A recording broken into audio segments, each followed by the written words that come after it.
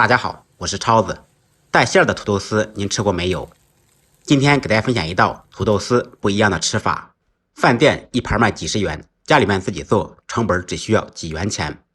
首先我们准备2个可爱的土豆，去皮切成厚一点的薄片，再切成细丝。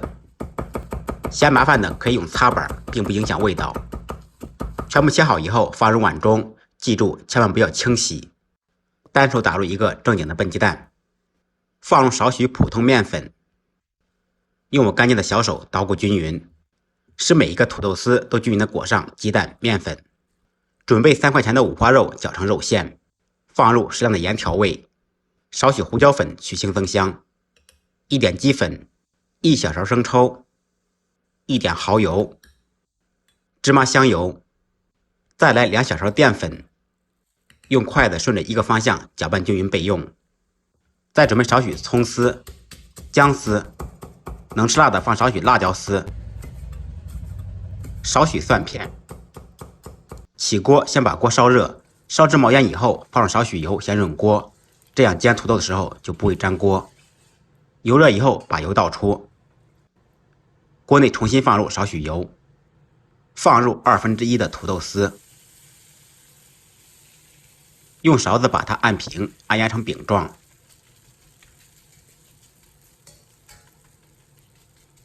放入调好的肉馅，同样用勺子把它铺平。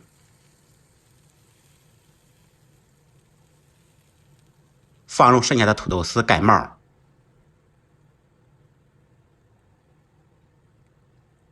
再一次用勺子把它按平。煎好一面，趁其不备，翻过来煎另一面。不会翻锅的同学可以扣一个盘子，然后倒扣过来，安全第一，不要糊到脸上。把带馅的土豆丝煎至2面金黄。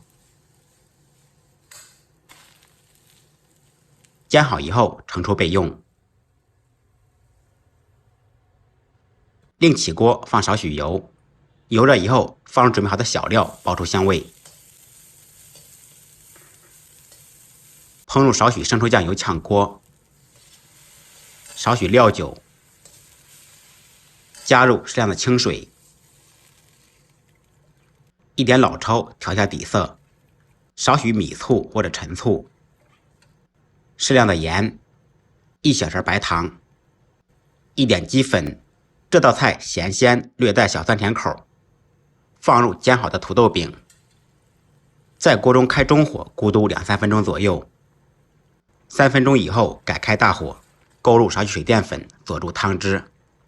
水淀粉顺着锅边下，边勾淀粉边晃动，把汤汁勾至粘稠，别做出来水尿巴汤的。可以分2次勾入水淀粉，这样更均匀一些。汤汁彻底烧粘稠以后，起锅装盘。一道经典的家常菜锅塌土豆丝就做好了。最后再扣上一顶绿帽子点缀一下，这小菜有模有样，那真的是嗷嗷香。感觉这小菜做的还可以的，可以给超子点个赞，感谢您的支持，下期视频见，拜拜。